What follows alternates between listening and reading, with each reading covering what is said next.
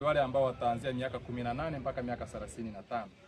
Wale wote ambao wanashiriki moja kwa moja ama wanajiandaa kushiriki, pengine ni wanavyuo bado wakitoka chuoni wataenda kushiriki katika uzalishaji mali.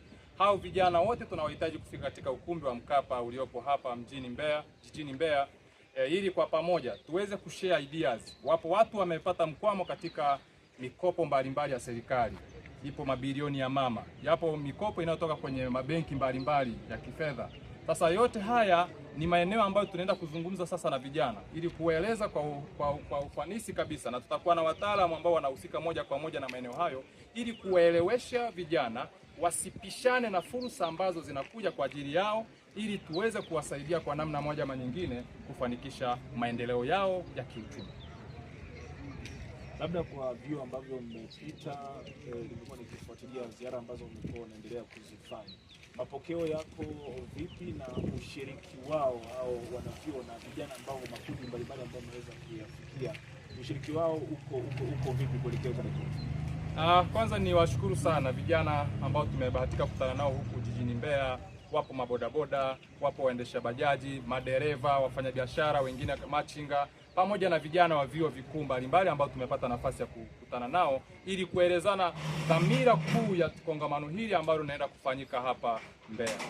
Kimsingi nafurahi kwamba sababu ya kufanyika kwa kongamano hili ndiyo sababu ya wao kuwaleta, kwa maana ya kwamba vijana wengi wa mjini Mbeya walio wengi hawafahamu taratibu nyingi na namna gani waweze kuendea shughuli zao za kiuchumi, hasa haya maeneo ambayo yanahusiana na masuala ya mikopo mbalimbali.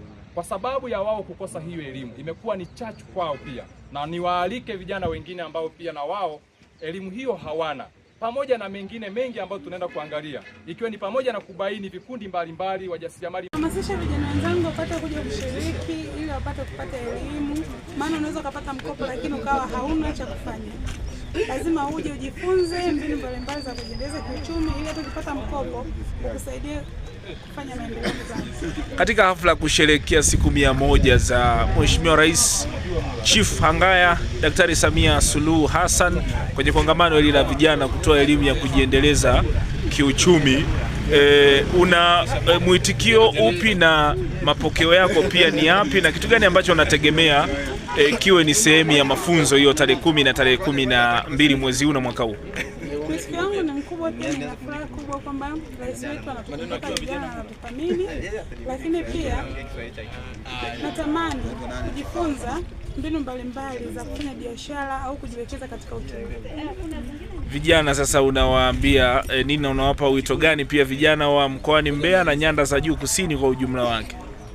Nahamasisha vijana wote, unaposikia tangazo hili au unaposikia taarifa kwa mtu yeyote, usipuuze, ifuatilie na tuje pamoja tuungane ili tukapate kujifunza na tujikwamue kiuchumi.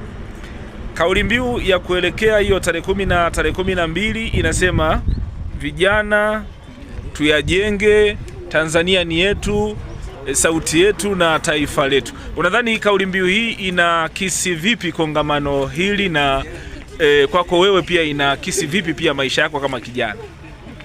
Kwangu inakisi sana. Maana vijana tuyajenge, bila kuwa na msingi wa maisha uweze kujenga. Lakini pia Tanzania ni yetu. Tanzania ni yetu. Nchi ni yetu. Tuungane pamoja kulijenga taifa letu. Sauti ni yetu.